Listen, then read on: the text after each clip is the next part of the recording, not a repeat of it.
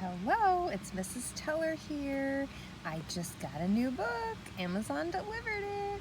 A Good Kind of Trouble by Lisa Moore Ramey. Could be Ramy. So I was thinking that I could read a little to you and post these videos, and then maybe you can read a little on your own, and then we can talk about it. I started a project for you on Google Classroom. I need you to get your logon set up before we can even start that. So I'm wondering if this would help you, if you've ever listened to Audible before. I don't know, let's give it a shot. If you hate it, we don't have to do this, but I thought this would be a nice way to access the book, and maybe we could chat back and forth. So this is chapter 1, first slide. I'm allergic to trouble. It makes my hands itch. But today in science, when Mr. Levy starts calling out lab partner assignments, I don't even get the lightest tingle. I just sit there barely breathing, waiting for him to assign me the perfect partner. He's been promising we'd start science lab since the first day of school, but it's been weeks. Lots of time for me to decide on the perfect partner. Mr. Levy has been teaching science at Emerson Junior High for centuries, and he looks like a mad scientist, for real. He has wild, frizzy gray hair, and even wears a lab coat every day. I can just picture him, can you? He fluffs his hair and adjusts his thick black glasses. I started rubbing my hands against my legs, which isn't a good sign, but I don't pay attention.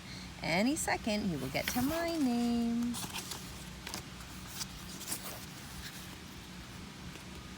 Shayla, and Mr. Levy pauses a few seconds, like he's really thinking about it.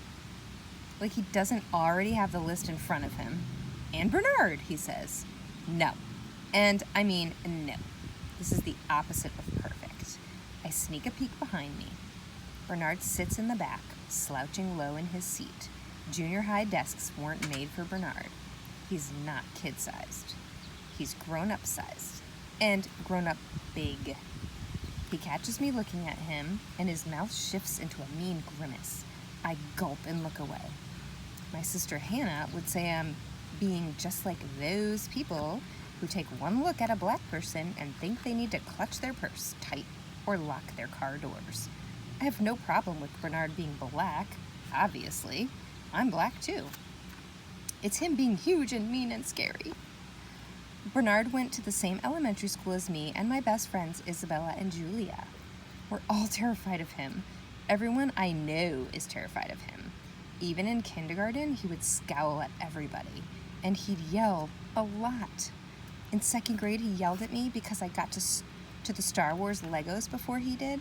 He grabbed those stormtroopers right out of my hands, and if you've ever had someone snatch Legos from you, you know how much it hurts. And he didn't say sorry.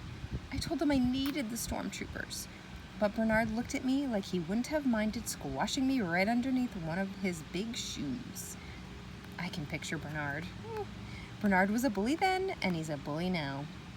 Please, oh please don't let us be doing lab work today. Find your partners, everyone. Mr. Levy claps his hands together. I just bet partnering me with Bernard is some devious experiment. What happens if we mix trouble-hating girl with bully boy? Kaboom, that's what. Shayla, Bernard hollers. He sounds mad. Oh, let me do that again. Shayla, Bernard hollers. He sounds mad. I guess he's not happy that we're partners either. I walk to the back of the room, to the lab tables, and my feet feel like they weigh 600 pounds. I got the first slide. Bernard's voice is like a bunch of bowling balls all being dropped at the same time. The glass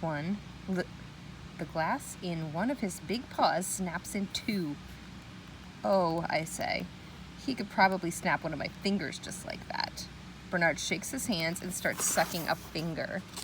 So, I wonder what happened. I'm sure that is a bad idea. Mr. Levy comes over and gets some new slides next to our microscope. He doesn't even ask if Bernard's okay. Bernard doesn't look okay. He looks angry, which is basically saying he looks like Bernard. Stop messing around, Mr. Levy tells Bernard.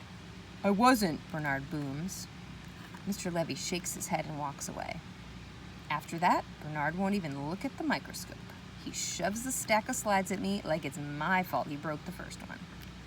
The top slide has a tiny green-brown thing on it, and when I peer through the microscope, I can see it's a bug leg. I think it's from a grasshopper, and write some notes about it and try not to study Bernard. I don't know if I should say anything to him. I don't want to make him even more mad. When class is over, he gets up so fast, he knocks his desk to its side, and instead of picking it up, he storms out of the room. You bet Mr. Levy frowns real hard at that. I pick up Bernard's desk before leaving class. Maybe since Mr. Levy didn't have to pick it up, no one will get in trouble, but my hands itch anyway. All right, so I'm wondering what you have learned about our main character, Shayla. She seems like a sweetheart. She's super duper, does not like trouble. So I put together, like I said, a slideshow, and as soon as I get your logon for Google, I've already put in my request, then we can kind of share it back and forth. It can be kind of like a little diary between us. I'll ask you some questions, and you can ask me questions and all that kind of stuff. So I hope you liked it. All right, I can read the next chapter out loud. If this helps you, just let me know. You can leave a comment for me. Okay, bye, sweetheart.